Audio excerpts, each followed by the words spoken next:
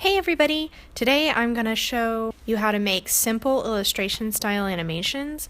And what I mean by simple is I don't have a lot of different frames to draw. Really the only part of the body that has multiple frames is the tail. So first off, I like to pick an oil pastel brush. Now I like to use Kyle brushes. They're extremely intuitive and you don't need to change any of the settings to get great results. He has a ridiculous number of brushes available for very little money. I personally own 6 of these packs, and he even has some that you choose how much to pay, so you can even pay none up front if you'd like. Now let's get back to the drawing. So I really thought about what layers it needed to have. So this head is on its own layer, and then the pupils are on its own layer. That allows you to have better control later when you take it into After Effects. The body's on its own layer. I had these ripples that I originally thought would go into it, and this hand. Then the mid-body, and then the tail. And the tail I drew 3 times so that I would have 3 different motions for it to go through. After that, I added color in the background, and then I used the same exact brush as what I did for the line work, and it has this wonderful mix property to it. That way there aren't really any harsh lines. It kind of mixes as you go. After I colored each layer, I then flattened it to the black outline on top. But before doing that, I did each piece. Painted each tail, gave him a mouth. The mouth color was on a separate layer, as well as the eyelid. That way they could be moved separately in the animation. Next, you pull up your video in After Effects, choose Import File, choose your PSD, hit Open, and then you're going to choose Layer Styles. That gives you all of those Photoshop layers to work with. Just drag and drop them into your composition. And at this point, I just resized and then color coded and rearranged the files so that each piece of his body that needed to be together would be together. Then I opened a new composition, moved his head into that composition, and then moved that composition layer into the video file. At that point, I changed the length of time that they're visible in the file.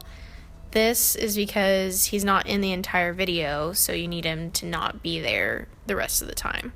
And then I added a masking layer with a little blur on the edge for the tail. That way it looks like it comes up out of the water. And then I resized the other 2 tail parts so that it would show it moving up and down in the water. I gave the upward version of the tail a longer length of time that it's visible. That way, as it moves down and back up, it moves quickly, and then it rests for a moment sticking straight up, and then it repeats that motion for the length of time that he's visible out of the water. One of the cool things about After Effects is it has this shy option. And so you just highlight all of the layers and then select the little shy icon and then click the main shy button at the top, which hides it from view. That way you don't have to see it during your workflow. Next, I worked on the middle body, and I wanted it to bob up and down, so I just repeated those keyframes and then added in a mask so that it would mask it coming out of the water, and then as it dips into the water over and over again, it masks it off so that it looks like it's hiding parts of it underneath the water as it goes. Next, I worked on the head, so I went into its composition and first off worked on it blinking. I like to do it where you change the amount of time the file is visible, the eyelid file, but you could also do it with changing opacity. Then I masked off the mouth and changed the keyframes, both the position and the masking path, so that it looks like he's laughing throughout the video. This keeps you from having to make a lot of layers in your Photoshop file, so the masks really save you a lot of time. Then I worked on moving his pupils. At first I had him looking really far over, but that looked kind of unnatural, and then gave him kind of a look down as he's moving back into the water. After that, I grabbed both the head file and all the body files and made a new composition with them in it, and then put that composition in the original video file. This allows you to then animate both within that body file and within the main video file. So in this case, I wanted him to be able to tilt his head back and forth, also up and down, so that it looked like his head was moving when he was laughing. Gives him kind of a cartoony look.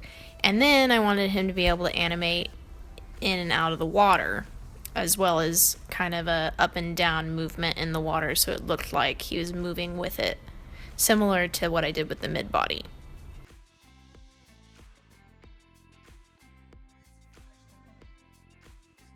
I moved the mask around to once again make it look like as he went up and down out of the water, that his body was being hidden and revealed. Gave it that nice blurred edge. Really softens it up. And part of the importance of having that double composition is that I don't have to move both the head and the body keyframes. I can just move the entire thing together. Really saves a lot of time.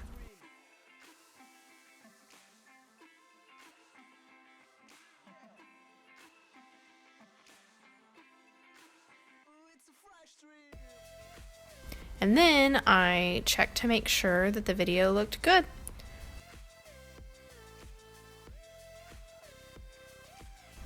Thanks for watching, and if you have any questions, want anything else clarified in this video, just let me know, and I hope you have a great day. Bye-bye!